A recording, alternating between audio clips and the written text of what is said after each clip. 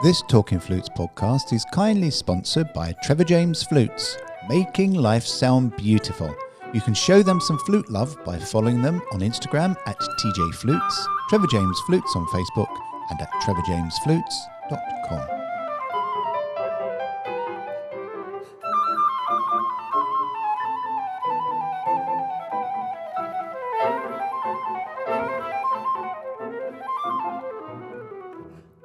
Hello, welcome to another episode of Talking Flutes. I'm Clare Southworth.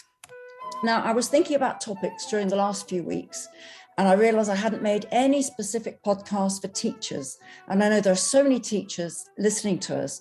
So it was an easy decision when I thought about who could help talk through ideas and continue our series of food for thought. So a very warm welcome again to Liz Walker. Hello there, Liz. Hi, Claire. Hi. So this is such a huge and endless topic when we're trying to help with ideas about teaching. And it also depends on ages and abilities. So Indeed. This is definitely going to stretch into a few podcasts. I think so. I'm hoping we can cover some basics about all aspects of teaching.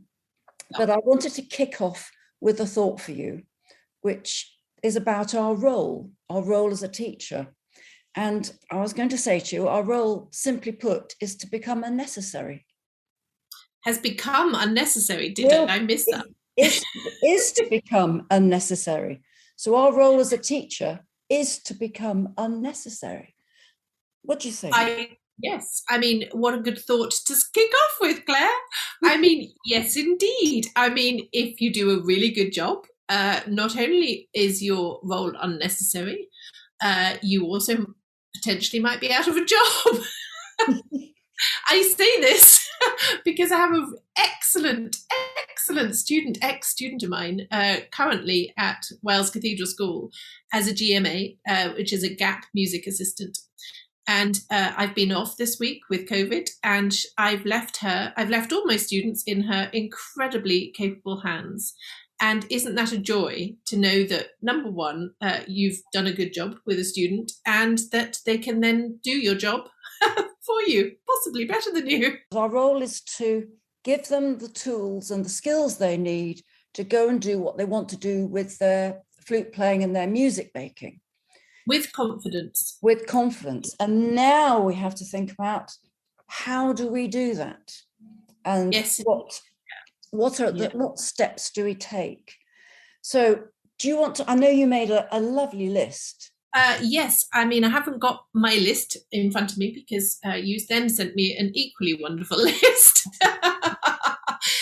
But I would say, yes, organisation, preparation, but then on top of that, a little bit of adaptation. Because I think there's nothing worse in a way than the weeks that I go into school with a huge, great big agenda.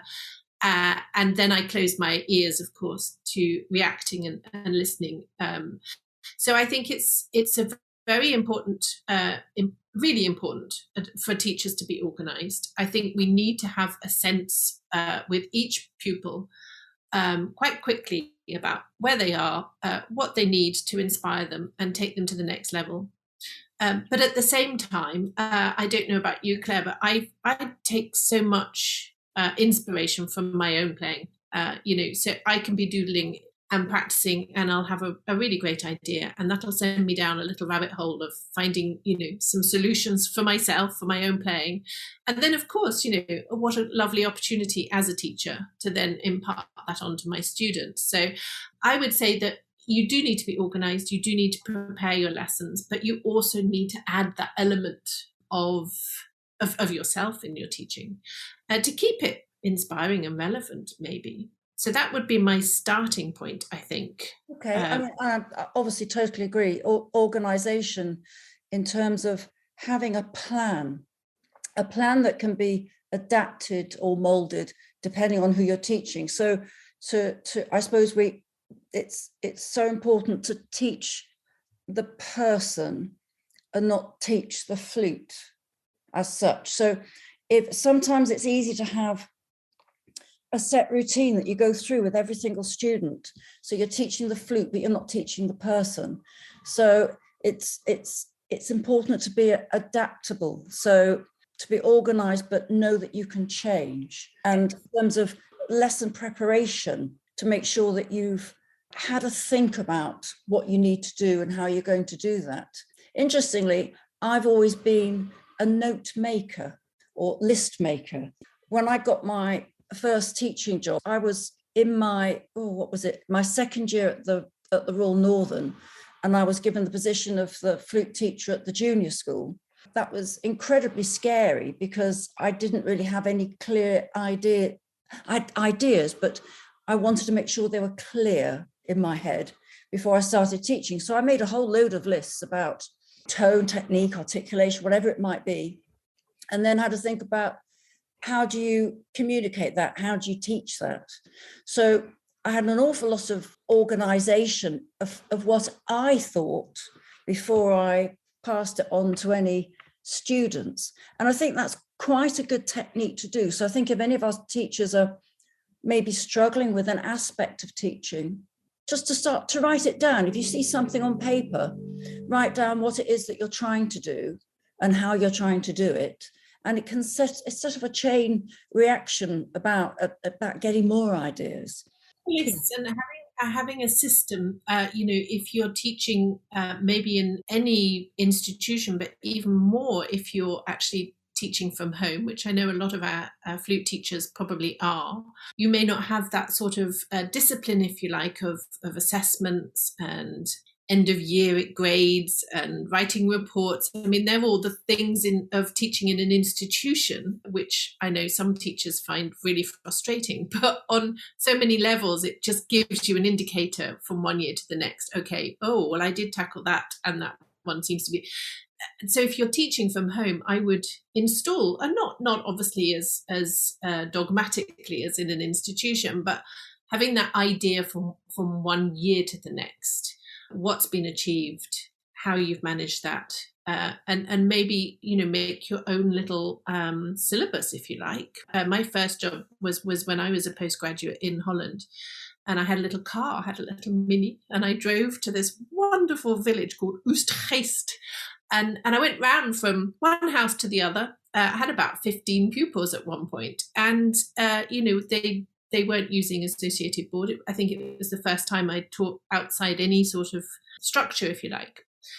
And I found that really useful to sort of write my own little, assessment plan, even for, most of them were total beginners. But it's a really, really important part of your organization, I think, organizational skills.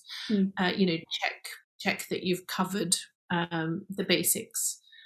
Check that improvement's been made, and if it hasn't, obviously then there's those agonizing questions of what am I doing wrong, or is this a moment to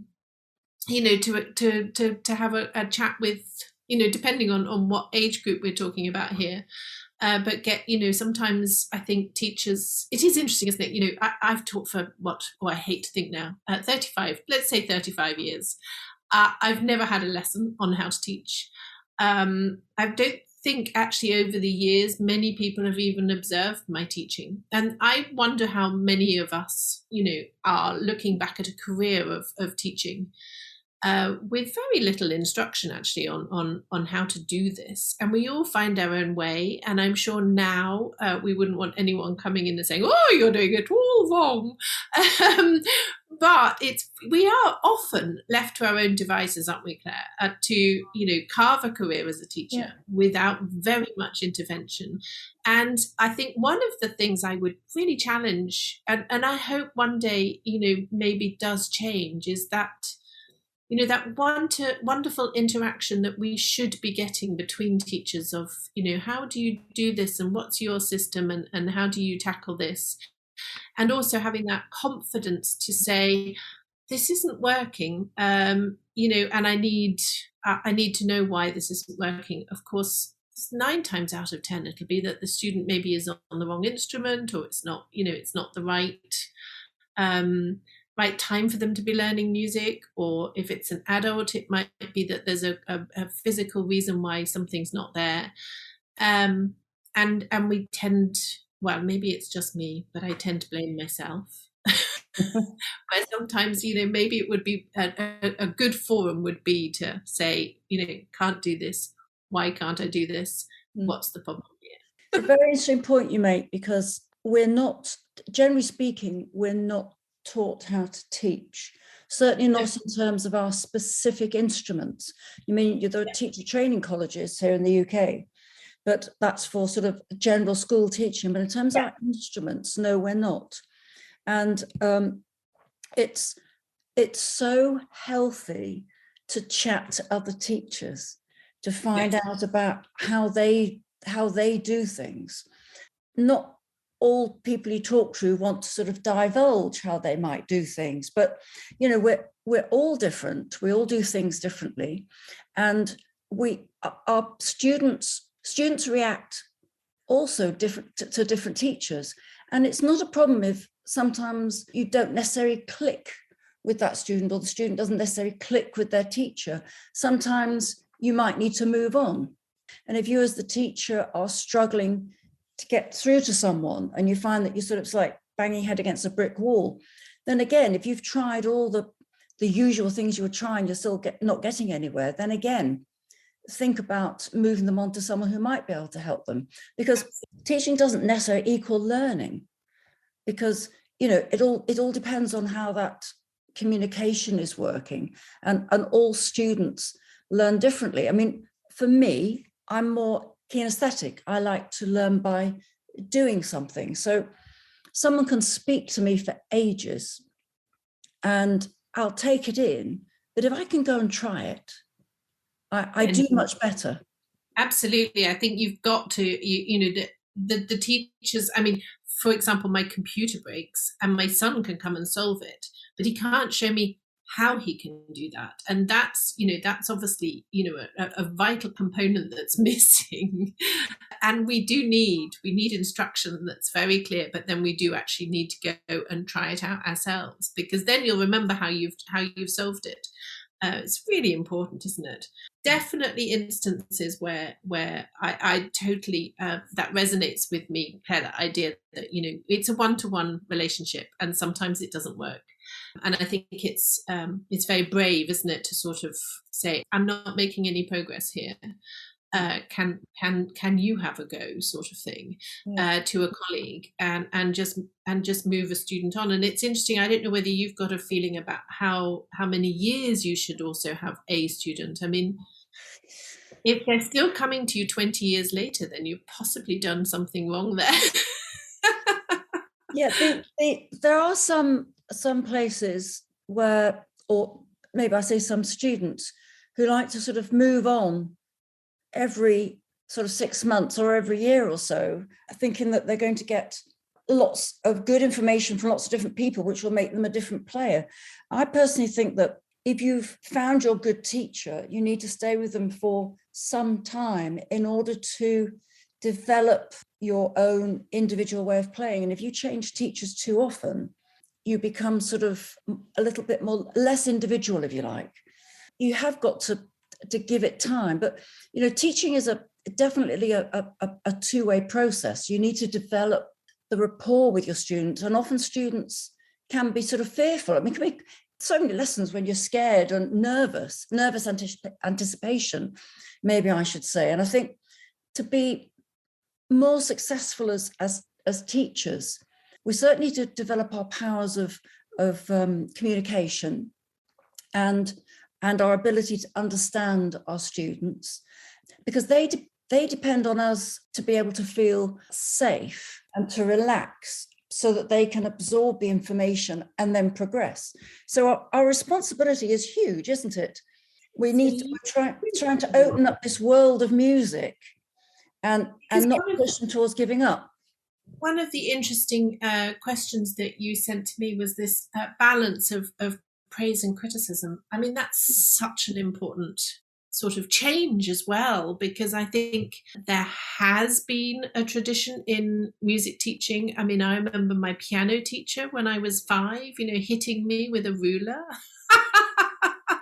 I mean, they were dragons, weren't they? Your piano teachers in your youth. I don't know, maybe it was just me, but there was a sort of tendency, I remember from when I was a child, that you would fear your music teacher. And I would hope so much that we've come a long way from that. But obviously, equally, I would say if you speak to any professional player, they would say that at some point in their training, they had a teacher that they feared. And the fear was in letting the teacher down. So the expectations of that teacher were really, really high. And did that produce the professional player now that, because let's face it, the profession is not a sort of cozy, happy environment all the time. Sometimes you really have to pull out the goods. So, it is difficult, isn't it? And I think anybody watching the Winter Olympics, I know I don't really want to bring Russia into our conversation today at all, but anybody who watched that lovely 15-year-old, I can't remember her name, I'm afraid, just fall to pieces in front of our eyes, and then see her trainer just sort of unbelievable.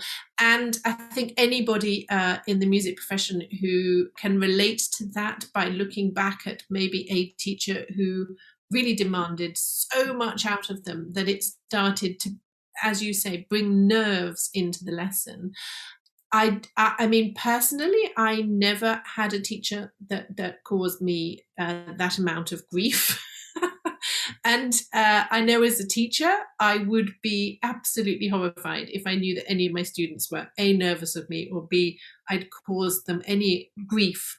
When we were first learning, I think the idea was that you as the student didn't speak or didn't do anything. You just listened, and then you did, but you wouldn't reply back. I mean, I would never dare say I didn't understand.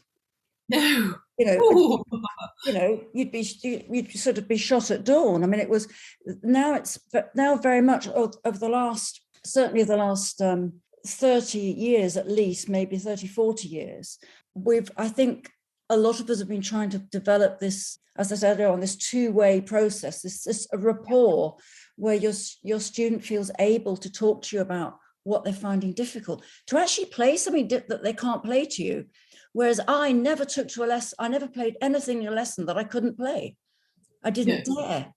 So I didn't learn as quickly as I should have done, because I never said, look, I'm struggling with this, I can't do this, because it wasn't the done thing. So I'm hoping that students now have, they feel better about asking questions and knowing that the teacher is there really to help them and not to intimidate or scare them half to death. It's difficult though, isn't it? Because if you see a potential in a student and you know that they're not, for whatever reason, getting the message. I remember my lovely flute teacher, Kate Lucas at Guildhall, saying to me, when you're teaching, you're trying to open doors into the next room. And sometimes students, the doors slam shut, and it doesn't matter how many different ways you say something, the door does not open. And that's frustrating as a teacher. And how you deal with your frustration of, you've given everything, you've tried every explanation, you've inspired as much as you can, you've handed them those studies that they need and the expertise that you've given them. And they come back the next week and there's no change. I mean, that's frustrating. And it's really easy, isn't it, for you as a teacher to get frustrated by that. And it's finding your way around that so that you don't cause that student any distress, but you keep on trying to bring in your, creative imagination, or your, using your patience to just try and open that door that's staying shut.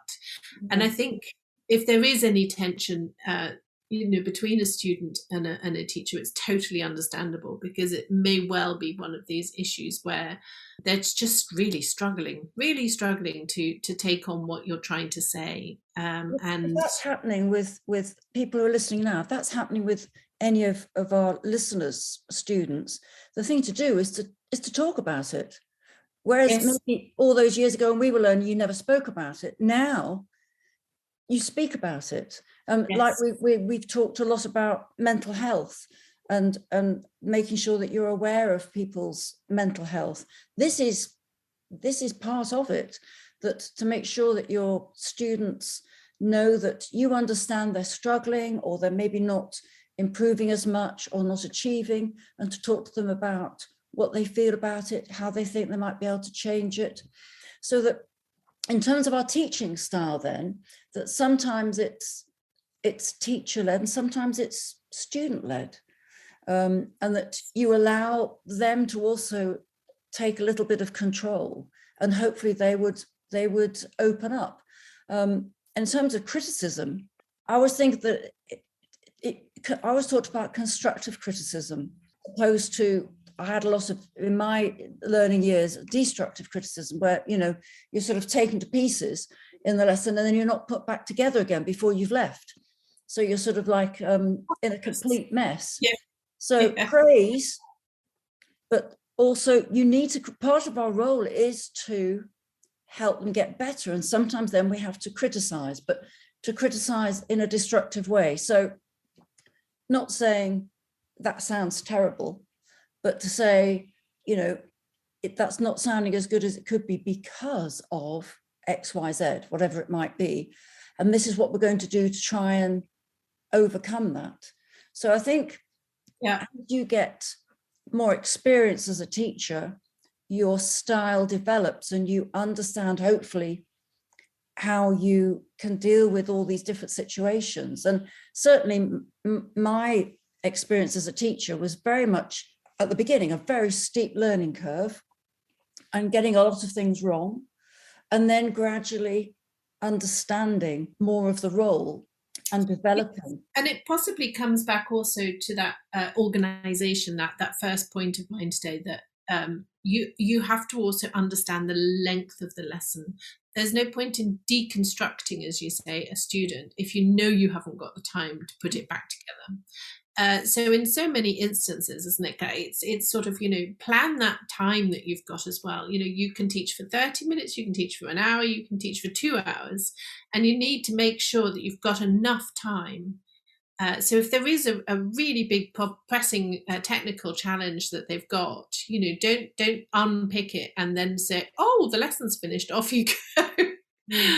You know, so it's a lot about, you know, time management, I think, teaching, making sure that as the pupil leaves your room or the space that you're teaching in, that they've really got a clear sort of notion of how they're going to practice for the next week or until they next see you, rather than sort of leaving them halfway through that lesson so that they actually walk out and they've got no idea, you know, because as you said at the very beginning, what we're looking for is something that allows your pupil to go off and come back and have used their time on their own. They don't, you know, I often say to my students, you know, imagine I'm in the room with you, you can do that. But ultimately, I want to know that I can leave at the end of the day and next time I see them, something will have improved. And that won't be necessarily at all about what I've told them in the lesson.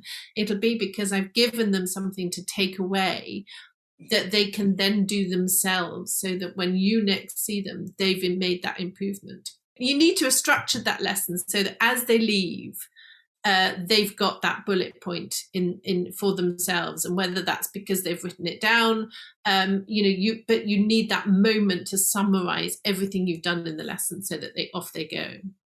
Yeah, I just want to go off on one little tangent and we'll come back to that. You mentioned there about whether the lesson is 30 minutes, an hour or 2 hours.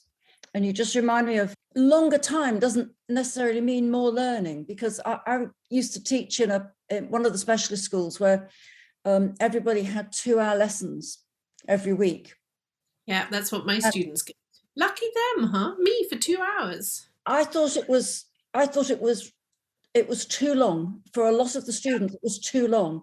The more advanced, the ones who are really sort of striving to, you know, towards the end of their training, loved it, and you could really get into the nitty gritty detail and you didn't feel pushed. But the younger ones they couldn't keep the concentration, they couldn't cope. And so we had to sort of think of other things like doing lots more playing together or listen, or so it's be careful of the time length. Make sure the time length is one where you can achieve rather than start to sort of demotivate. It's an interesting one, and everyone's different. It's not necessarily an age thing, it's an ability thing as well. And I think you have to judge it according to each individual. I mean, from my perspective, it always feels a bit of a luxury because we can, we don't necessarily use that 2 hours as a one-to-one with me. We can use half of it as maybe a performance opportunity from, that they're all in a class together, or we can work on studies as a group. And that brings me to another very interesting question. Do you remember a few years ago, we started talking about whether one-to-one was the right way to learn or whether we should actually always be in a group? Mm-hmm. And it really made me think, because actually when I was doing my postgraduate in Holland, and I was studying Baroque flute actually with Bart Kauken, he only taught in a class. And it's a very, very different experience, obviously, than one-to-one. But I see a lot of merit in it. And I do often group my students together so that there's a bit of variety. I always want to see them one-to-one because I think there's a lot of interaction you can have that digs maybe a little bit more personally. And there are things that I want to tackle with them that I don't necessarily think it would be of benefit for anybody else to sort of sit and listen to, i.e. sort of, very directive to that one student. But equally, we learn so much from the group lessons. Obviously, playing in front of people, the anxiety, but on a much broader level, that you can learn so much listening to other people. It's sort of like a little mini masterclass, if you like, each week. Yes, that's a whole different thing now. I agree. I think that from a teacher's perspective, teach in a group, it saves you repeating yourself time after time. So if you're going to do a class on studies with the group that are doing generally the same sort of studies, then again, you're not repeating yourself, which means that it's less frustrating from the teacher's point of view. And it's more interesting for the students because they get to hear other people and see how other people are not necessarily doing better than them, but struggling. So that you feel comfortable thinking, oh, it's not just me that's struggling with that. And the only downside, again, I speak from my own experience, is that having a long group lesson and found I got far less time than anybody else. So I felt that I didn't, and there were no private lessons at this particular point of my training. Right. When you didn't have private lessons, you had just group lessons. And I always felt that I didn't get the time, maybe that, I didn't get my hour a week. It was less because other people sort of got more attention, if you like. So I think if you've got a mixture of one-to-one and group, that's the ideal. It's the perfect world. The ideal, isn't it? And also, courses. We haven't got a category for those, but for adults, of course, it probably is the majority of their learning will be on a course. Yes. And that's wonderful because, again, you're listening to other people, you're interacting with other people, and you've got that opportunity to be performing, but hopefully in a sort of really comfortable and welcoming sort of small group. So I think, attending a course as an adult learner, well, also as a student, of course, but particularly for adults is a lovely way of learning. And I think for adults at a course, that is the opportunity where you do learn more by listening, because you can make notes. And then if you're on your own all year round and you have a week's course, you can get enough information to keep you going for the next year. So it's a really useful tool, definitely. And if you're teaching on one of the courses, I would I've done these Benslow courses online and I'm learning all the time. And I would just say from a teacher's perspective, consider doing some adult courses because they're just wonderful. I mean, you meet so many different adults enthusiasts, but they might have been, doctors, brain surgeons, whatever in their previous life. And their knowledge is just in a different sort of category, maybe potentially from yours. So I've found that really rewarding. Yeah. Now you touched on writing things down. So if you're listening in a class or you're listening in a lesson, writing things down, I think that's an area we should talk about, because I think it's so important that not only does your student make notes or after the lesson make notes, but you as a teacher to make notes so that you know exactly what you've covered, what's expected, and you can plan then the next lesson. And then when the student comes for the next lesson, you can check, because of your notes, what's happened and whether you've achieved all of the goals that you set. I think it's also a fabulous diary to look back on. I've sometimes looked back and thought, oh, yeah, no, I said that a few weeks ago. And you might have forgotten that actually you have covered that. So it's really worth seeing that that's happened. And of course, you know, if you're teaching younger children, it's wonderful for the parents to get involved in that way. I know when my son was learning, I knew nothing and never met his violin teacher, actually, not for years. But I would follow every week in the notebook what he was doing. And his school was beautifully organised. They had notebooks with manuscript on one side. And that was great too, because, you know, the teacher would write little exercises as he went along. And I think, really, really important. And I sort of wish in every year, I think I must develop a little notebook that I can use. Have yet to do it, Claire. Note to self. But yeah, really, really, really useful. And definitely if you're teaching children, I think it's a very interesting and I would suggest vital link to parents, because I think the more you can involve the parents in their learning, if you're teaching small children, the better. I mean, my daughter's cello teacher actually asked that I could sit in on every lesson, which felt really strange because it's not something that I encouraged in my own teaching. But actually it was really helpful. But, you know, obviously it maybe depends on how much interaction you want with the parents. But I think certainly from when I was watching my children learn, I thought I need to be involved in some shape or form, even if it's just reading the notes, the notebook, or whether it's actually sitting in on the lesson. I think it was helpful for them. Although I did used to worry that my son used to say, is it time for my violin lesson instead of his violin practice every night? So maybe I did get too involved, Claire. Yeah, and I think as teachers, you've then got to be quite careful that the parents are observers on the lesson and not intruding in on the lesson. And you need to judge, do you think that your students are benefiting from having the parents there or not? Because some don't, some feel better just to sort of, you know, be on their own. There are definite questions as teachers you have to ask all along, you know, is this benefiting us or not? And then what might benefit one student might be useless for another. Absolutely. Exactly. And I think sometimes, you know, you do have to accept that maybe the parents want the lesson more than the students. Yeah. Yes, and quite often when the students are young, it's not necessarily them that want to learn, it's the parents. That's a tricky one. Which is a tricky one, isn't it? As they develop a love of the instrument, they want to learn more, but some don't always do that, and then would be quite happy not to keep going. So it's a juggle, isn't it, all along?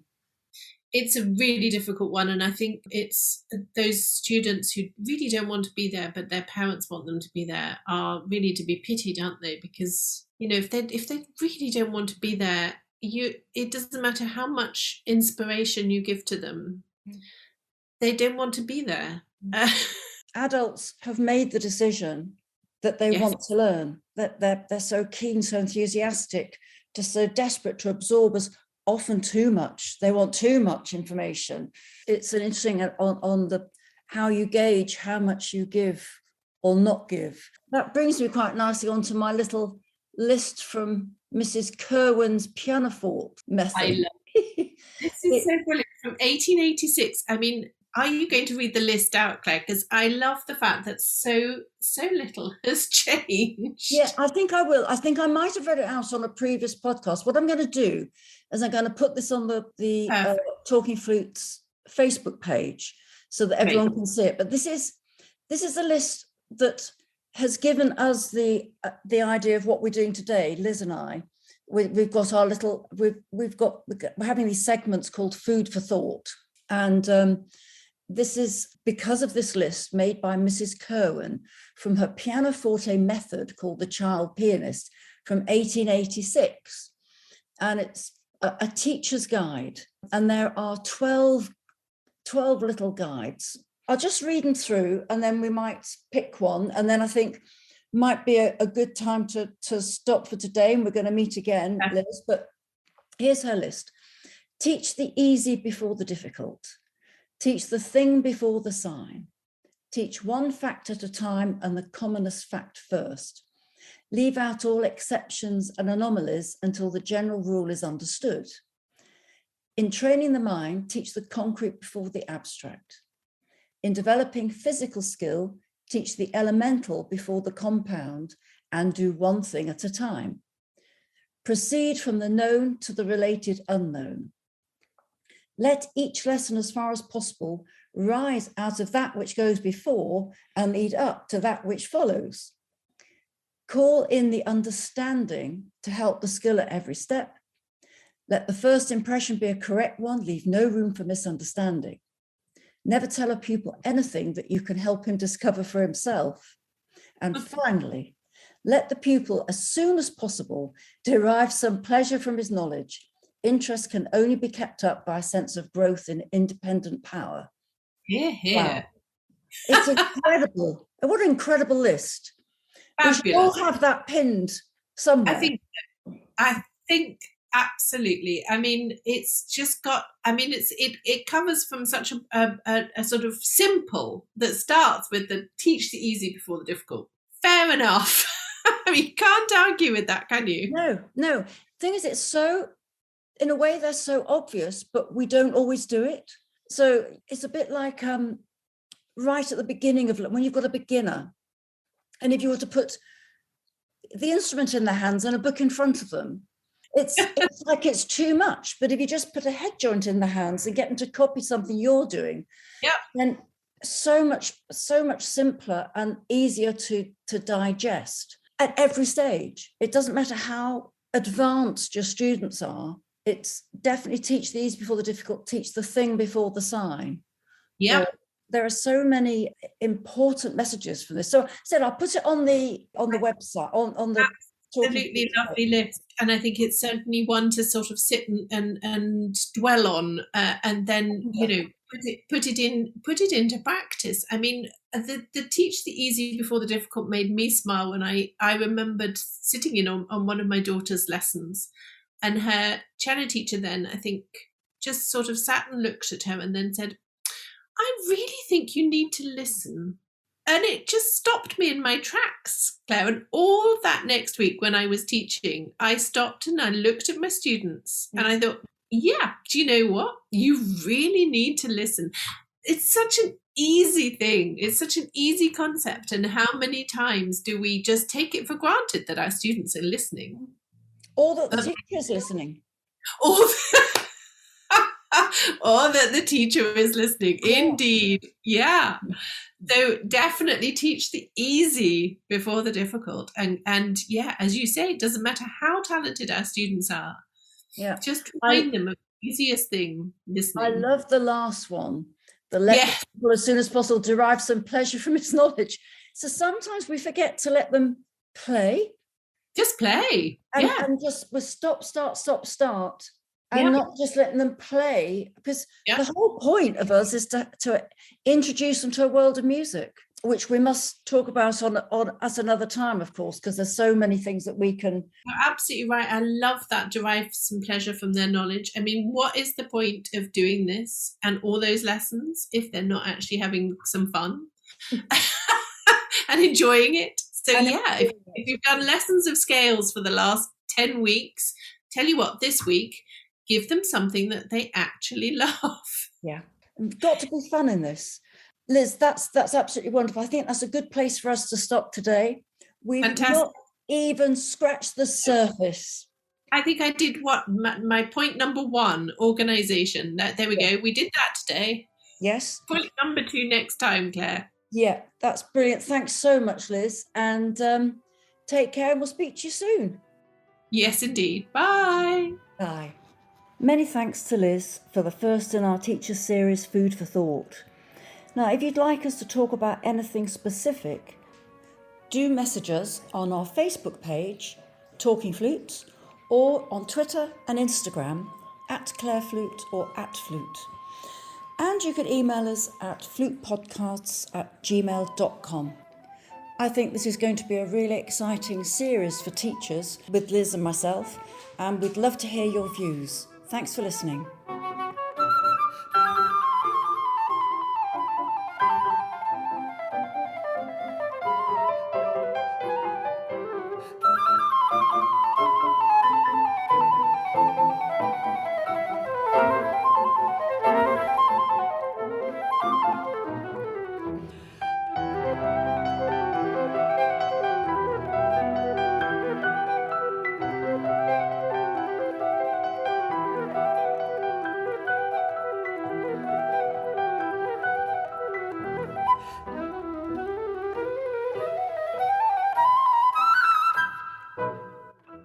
Talking Flutes and Talking Flutes Extra are podcast productions by the Trevor James Flute Company.